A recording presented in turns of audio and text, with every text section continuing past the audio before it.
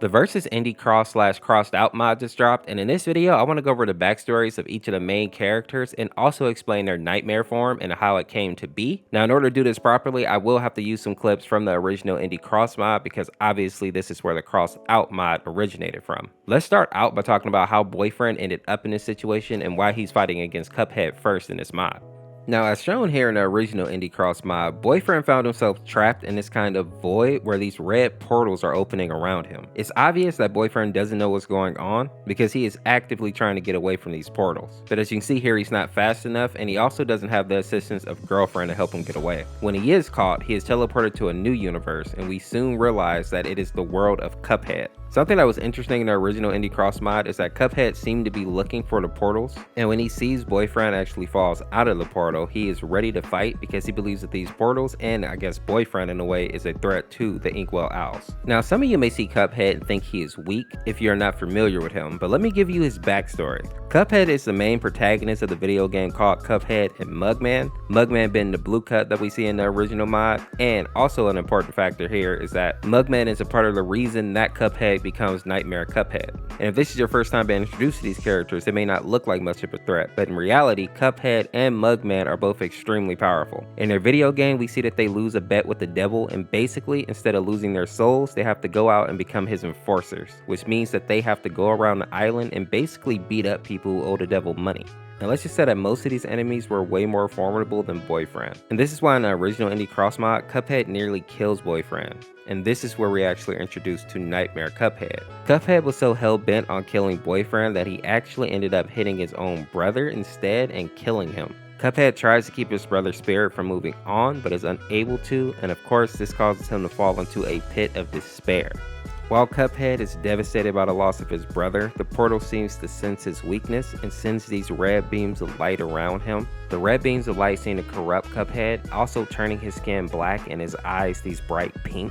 And while it is hard to say if he is evil or not, he definitely looks evil, and I think more importantly, he is very, very powerful in this form. We know this for a fact because in the animation, he goes toe-to-toe with the devil, and not only does he beat him, he completely overpowers him, and the devil is not a weak opponent. The next character we have on our list to talk about is going to be Sans, and this is the person that Boyfriend is teleported to before Cuphead can actually deliver the killing blow on him.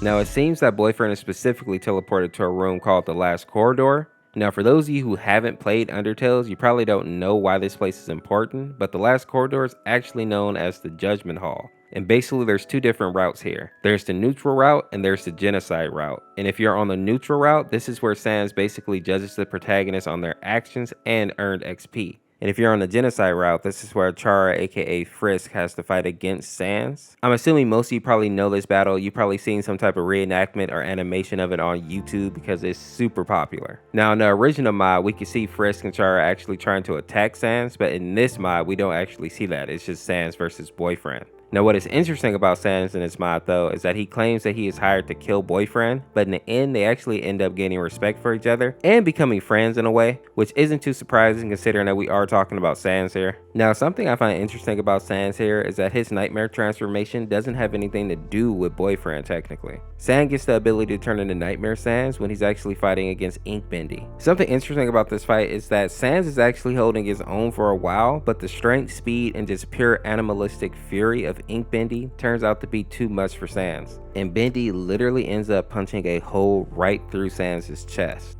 Now when it looks like Sans is down and out, the dark portal comes back and this time it shines its light on him. But unlike Cuphead, Sans seems to know exactly what this light is and is ready to use it to his advantage. With his new nightmare power, Sans is easily able to defeat Ink Bendy. And a fact that I want to highlight is that he does it without losing that iconic Sans sense of humor.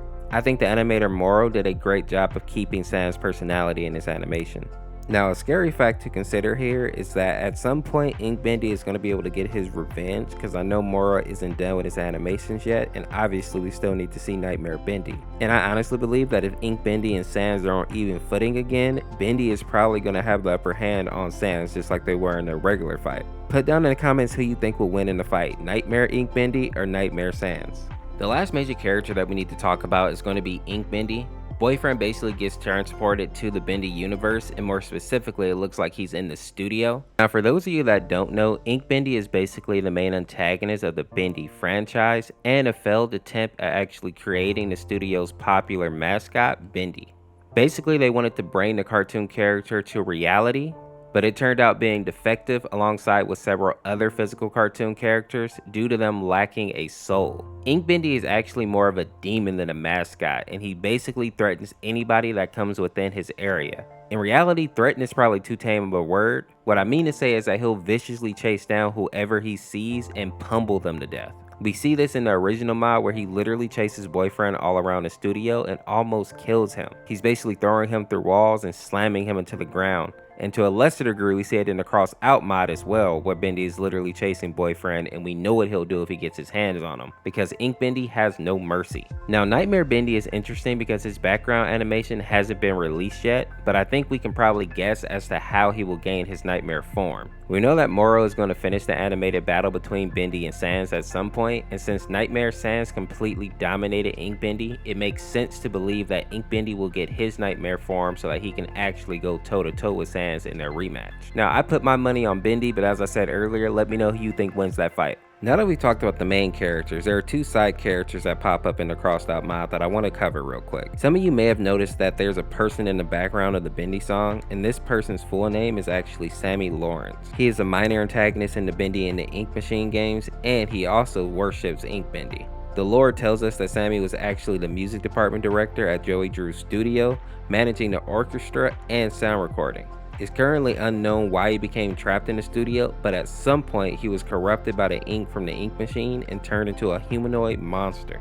The sad part about his corruption is that before he was corrupted, he was actually a pretty nice guy. He was a little bit sarcastic, but he was definitely hardworking and he loved what he did. But it seems that after he was corrupted by the ink, he had a mental breakdown and he ended up becoming this bloodthirsty, sadistic being that only desires to serve Ink Bendy. What's even more sad is that he still has enough of his mental health to understand that he's trapped in his studio. And he also understands that he needs to escape, but his mind is too far gone to actually make any progress in that mission. So he'll basically forever be trapped in his space. The second character I want to talk about is a little less depressing, and that's going to be Papyrus, because he's also a major character in the Undertale series, and he is Sans' brother. We get to see him battle alongside Sans and Cuphead in this mod. And Papyrus as a whole is actually a very good character. Despite his kind of cocky personality, he's actually very good at heart. In the actual Undertale's games, even when he's faced with death, he's still willing to sacrifice himself to make sure that the protagonist or the main character ends up going down a good path. I think the reason that I really like Papyrus so much is that even though he's very cocky and thinks very highly of himself, he also believes in other people just as much as he believes in himself. In my eyes, he reminds me a lot of the character Luffy from One Piece, but I would say that he's just a little bit smarter than Luffy, no offense to my boy.